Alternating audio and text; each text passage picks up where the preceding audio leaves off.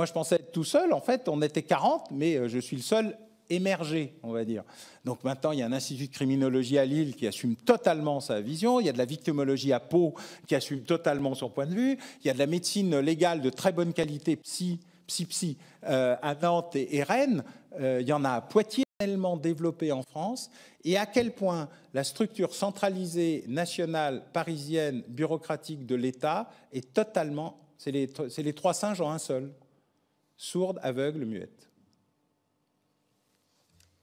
Vous décrivez un paysage où on a privilégié de manière confuse, maladroite, désordonnée, une répression tous azimuts au détriment du soin. Moi, le récréatif, pas le récréatif, c'est pas le sujet. C'est l'addiction qui me pose problème. Et de ce point de vue-là, l'addiction doit être traitée d'un point de vue médical, même si dans la tête des gens, elle est récréative. Comme non, je ne suis pas alcoolique, mais j'en suis à mon 4e apéro.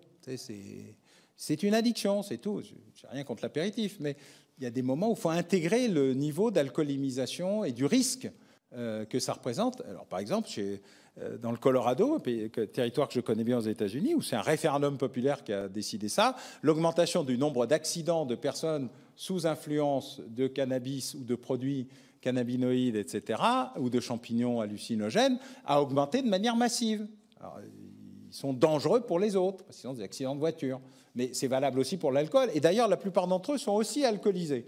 Donc, pour moi, c'est un problème d'addiction. Vous voyez, ce n'est pas un problème de pénalisation, même s'il faut les punir. Hein, il y a pas, surtout s'ils blessent ou tuent quelqu'un d'autre. Mais la question, elle est différente. Donc, récréatif par récréatif, je ne le prends pas en considération.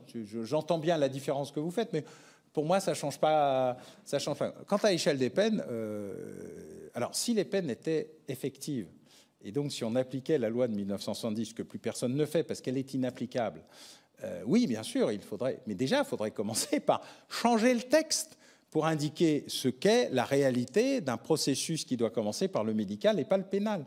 Donc, ce n'est pas l'échelle des peines qui est l'élément majeur. Parce que moi, je suis pour qu'un grand trafiquant responsable de plusieurs centaines de morts parce qu'il a surdosé un produit, s'il peut prendre 30 ans et sans autorisation de sortie, je n'y vois pas d'inconvénient.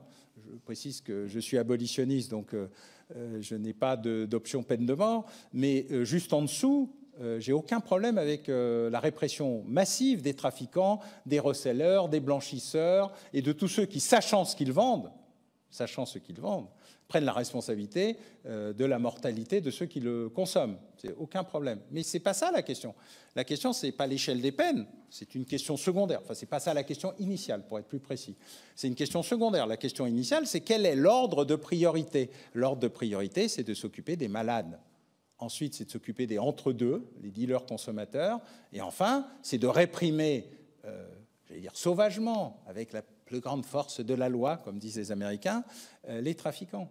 Et ce qui va avec.